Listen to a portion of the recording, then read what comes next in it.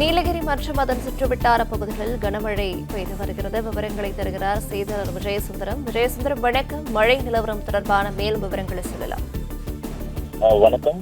நீலகிரி மாவட்டத்திற்கு வானிலை ஆய்வு மையம் நேற்று, இன்று என 2 நாட்களுக்கு அதி கனமழை பெய்யும் என சிவப்பு நிற எச்சரிக்கையும், நாளை மற்றும் நாளை மறுநாள் கனமழை பெய்யும் என ஆரஞ்சு நிற எச்சரிக்கையும் வானிலை ஆய்வு மையம் தெரிவிச்சிருக்காங்க. இந்த நிலையில கடந்த 2 நாட்களாகவே மழையின் தாக்கம் தீவிரமடைந்து உதகை, அவலாஞ்சி, எமரால்டு, பந்தலூர், தேவாலா ஆகிய பகுதிகளில் தொடர்ந்து கனமழையானது பெய்து வந்துட்டு இருக்கு. இதனால மாவட்டத்துல பல்வேறு பகுதிகளில் இருக்கக்கூடிய, அதாவது தாழ்வான பகுதிகள், ஆற்று ஓடைகள்ல மழைநீர் வரத்து அதிகரித்து காணப்பட்டு வந்துட்டு இருக்கு.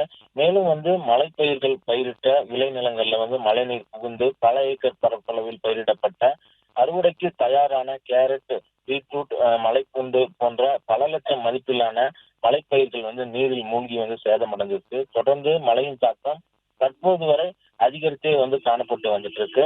மாவட்டத்துல பல்வேறு பகுதிகளில் காற்றுடன் கூடிய சாரல் மழையானது பெய்து வந்துட்டு இருக்கு. இதனால காலநிலை மாற்றம் ஏற்பட்டு கடும் குளிர் நிலவுவதால பொதுமக்கள் மற்றும் சாலையோர வியாபாரிகள் பெரிதும் பாதிப்படைஞ்சிருக்காங்க. குறிப்பா பார்த்தோம் அப்படின்னா, நீலகிரி மாவட்டம் சுற்றுலா மாவட்டம் என்பதால மாவட்டத்துல சுற்றுலாவுக்காக வருகை புரிந்துள்ள சுற்றுலா பயணிகள் கனமழை, கடும் குளிர் மற்றும் சுற்றுலா பயணிகளோட நலன் கருதி அனைத்து சுற்றுலா தலங்களும் மூடப்பட்டிருக்கக்கூடிய நிலையில சுற்றுலா பயணிகளும் விடுதிகளிலேயே முடங்கி கிடக்கக்கூடிய ஒரு நிலையம் ஏற்பட்டிருக்கு.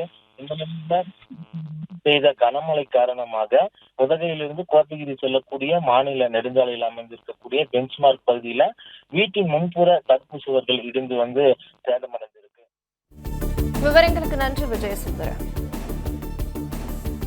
பிளே ஸ்டோர் மற்றும் ஆப் ஸ்டோரில் இருந்து பாலிமர் செயலியை QR கோடு மூலம் பதிவிறக்கம் செய்யுங்கள். செய்திகளை உடனுக்குடன் பெறுங்கள்.